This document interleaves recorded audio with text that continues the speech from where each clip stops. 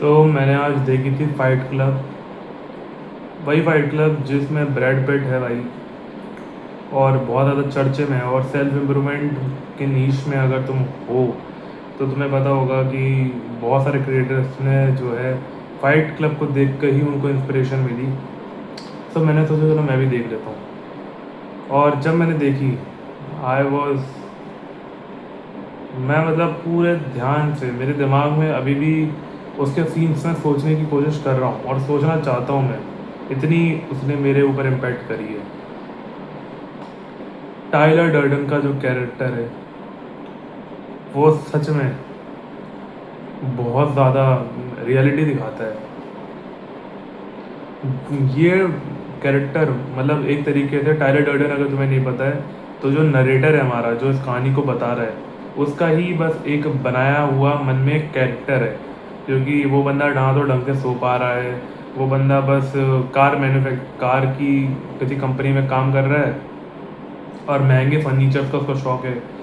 और उसको इंसोम्निया है बेचारे को। तो वो कहाँ पे सोता है, कहाँ पे उठता है, उसको कुछ पता नहीं चलता। तो इतना ज़्यादा फ्रस्ट्रेट हो गया था कि उसके दिमाग में एक अल्टर ईगो बन गई जो कि उसका ही बिल्कुल अपोजिट है। वो उसके अंदर एक अलग तरीके का करिश्मा है, कॉन्फिडेंट है, उसको किसी से डर नहीं लगता। और वो सब कुछ करता है जो एक नॉर्मल इंसान अब करने की बस सोच ही सकता है। सोशल एंजाइटी ज़ीरो में है भाई, उसके ज़ीरो में क्या, उसके नेगेटिव में है उसके सोशल स्किल्स। मतलब सोशल स्किल्स जो उसकी स्किल्स, इन शॉर्ट मैं बताना चाहता हूँ कि उसकी जो सोशल स्किल्स है वो इतनी खतरनाक हैं जो कि किसी भी इंसान की नहीं हो सकती हैं। बहुत कॉन्फिडेंस है बंदे के अंदर, बहुत ही ज़्यादा। और वो चाहे तो एक किसी भी इंसान को अपनी उंगली के इशारों पर नचा सकता है, इतना उसका खौफ है। और आखिर में मूवी में जाके भाई साहब उसने अपनी इतनी तगड़ी गैंग बनाई थी, प्रोजेक्ट मेहम। भाई साहब, चलो वो सब तो ठीक है, लेकिन उसमें जो लाइनें उसने जो बोली है बहुत सही लाइन है उसमें। कि सबसे पहले तो कि भगवान तुम्हें हेट करता है, तुम भगवान के लिए कुछ भी नहीं हो। We are God's unwanted children, he hated us, he don't want us, that and that's the fact. ये सच बात है।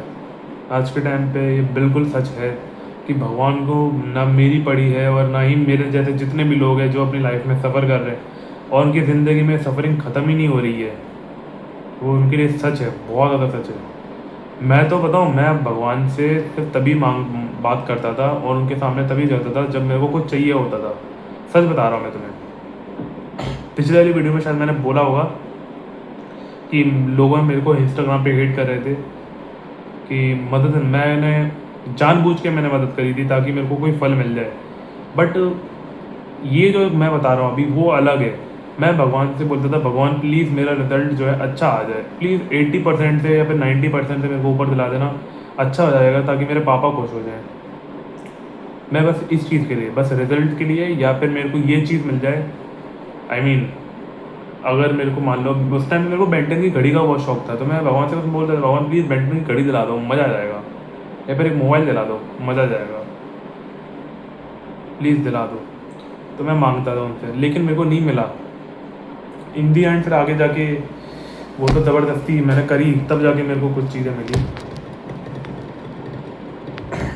लेकिन अभी मैंने अपनी लाइफ में एक ऐसी चीज़ मांगी थी जो उसके लिए मैंने 5 साल तक इंतज़ार करा था, बट मेरे को वो नहीं मिला। और तो समझ में आता है कि भगवान को मेरी कोई पड़ी नहीं है। भगवान ने मेरे को बस नकार दिया है। मैं उनका वो नाजायज़ औलाद हूँ, मेरे को तो समझ में नहीं आता मैं उनकी औलाद होगी कि नहीं, बट मैं उनकी वो नाजायज़ क्रिएशन हूँ जिसको उन्होंने साइड में फेंक दिया एक कचरे की तरह। और अब उन्होंने छोड़ दिया और वो कुछ बोलना भी नहीं चाहते। अगर वो बोलते ना तो फिर ये वो बोलते कि जा, जी ले, जो करना है तेरे को वो कर, मैं तेरे को बिल्कुल नहीं देखने वाला, मेरे को तेरे से कोई मतलब नहीं है। एक तरीके से मेरे को अबैंडन कर दिया उन्होंने। और जब जिसने बनाया है वही छोड़ दे साथ, तो फिर इंसान क्या करेगा? कुछ नहीं कर पाएगा इंसान। लेकिन इस चीज़ को जितना जल्दी हो सकता है उतना जल्दी समझ जाओ कि भगवान की तुम्हारी भी कुछ नहीं पड़ी है। तुमने अपनी लाइफ में जो भी मांगने की कोशिश करी लेकिन तुम्हें वो नहीं मिला, उसमें इसका मतलब क्या होता है कि भगवान को तुमसे कोई मतलब नहीं है। और मेरे को फिर ज्ञान मत देना भगवद गीता का कि कर्म करते रहो, फल की चिंता मत करो। भाई मेरे को तो चाहिए फल, ठीक है, मेरे को चाहिए, मेरे को पैसा चाहिए, मेरे को सब कुछ चाहिए जो मेरे को अच्छा फील करवाता है, मेरे को चाहिए वो सब कुछ। लेकिन कुछ इंस्टाग्राम पे स्पिरिचुअल लोग जो थे अपनी अलग ही ज्ञान दे रहे थे कि भाई या तो तू मदद मत ही करा कर, ठीक है, और मेरे को भगवद गीता का ज्ञान दे रहे थे। मेरे को इतनी गुस्सा आ रही थी मेरे को उस टाइम पे कि ये जो मेरे को यहाँ पे कमेंट कर रहे हैं ये क्या इनका असली रूप है? मैं अगर इन लोगों से रियल लाइफ में अगर कभी मिलूंगा ना, या फिर मैं इनके साथ में टाइम स्पेंड करूँगा, इनकी औकात मेरे को दिख जाएगी। कितना ये वो लोग भगवद गीता, उस टाइम पे इनको भगवान की बड़ी याद आएगी। मैं देखता हूँ इन लोगों को, लेकिन मैं इन लोगों को जानता नहीं हूँ ना, इसलिए यही तो दिक्कत है।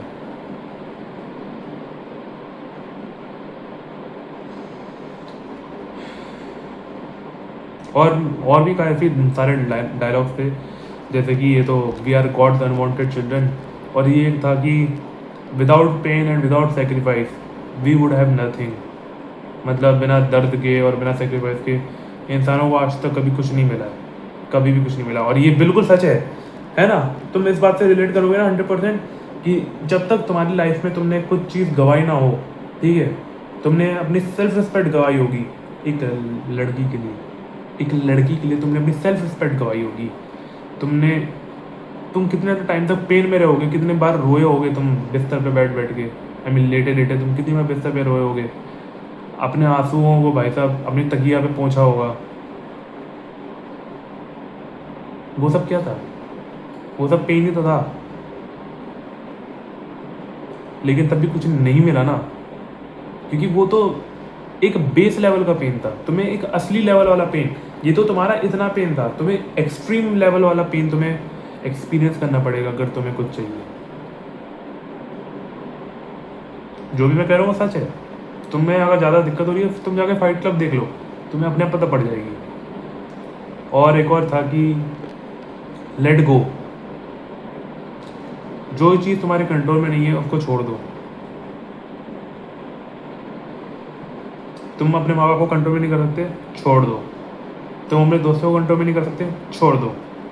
मतलब वैसे छोड़ दो नहीं कि आज से तुम मेरे माँ बाप नहीं हो, आज से तुम मेरे दोस्त नहीं हो। दोस्तों की तो चलती है, माँ बाप की मैं ऐसे नहीं बोल रहा हूँ, बट छोड़ दो, कंट्रोल करना छोड़ दो। कि तुम उनका मूड कंट्रोल कर सकते हो, उनका गुस्सा कंट्रोल कर सकते हो। You can not control their anger और देयर सैडनेस और their happiness, you can not control. Because एक पल में वो गुस्सा होंगी, दूसरे पल में वो खुशी होंगे। ये हर माँ बाप की नेचर है। तुम्हारी भी आगे जाके नेचर होगी जब तुम्हारा बच्चा कुछ ऐसा कुछ करेगा।